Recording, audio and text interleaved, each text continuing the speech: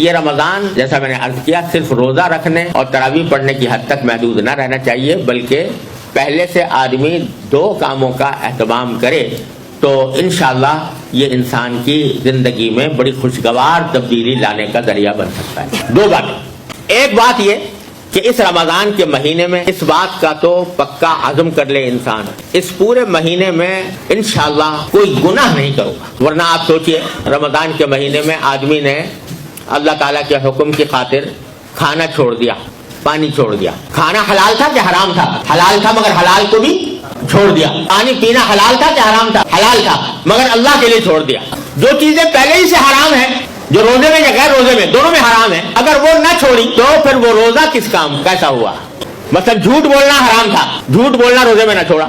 غیبت کرنا حرام تھا، غیبت کرنا روزے میں نہ چھوڑا۔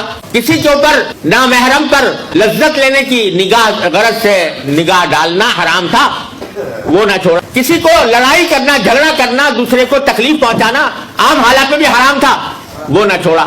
تو بھائی جو حلال چیزیں تھیں وہ تو چھوڑ دی رمضان میں، لیکن جو پہلے ہی سے حرام تھی وہ نہ چھوڑی، تو یہ کیسا روزہ ہوا؟ اس سے تقویٰ کیسے حاصل ہوگا؟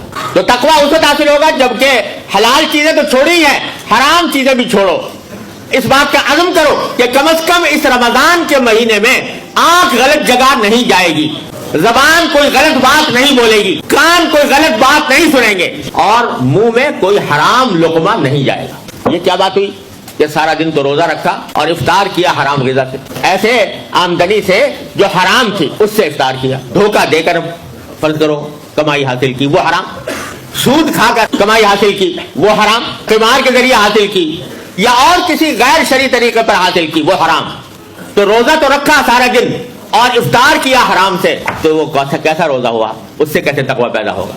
لہذا اس بات کا اہتمام کرو کہ اللہ تعالی ہم سب کو اپنے فضل و کرم سے توفیق عطا فرمائے۔ رمضان کا مہینہ اس طرح گزرے گا کہ کوئی گناہ نہیں ہوگا، اور اس کے لیے اپنی پوری ہمت کا مظاہرہ کرنا ہوگا کہ اسی طرح جیسے شدید پیاس میں پانی پینے سے پرہیز کرتے ہو، اسی طرح گناہ کے ارتکاب سے بھی پرہیز کر کے دیکھو، تو یہ رمضان کا مہینہ اس کی تربیت، اللہ تعالیٰ کے ساتھ تعلق مضبوط کرنے کا بہترین ذریعہ بنے۔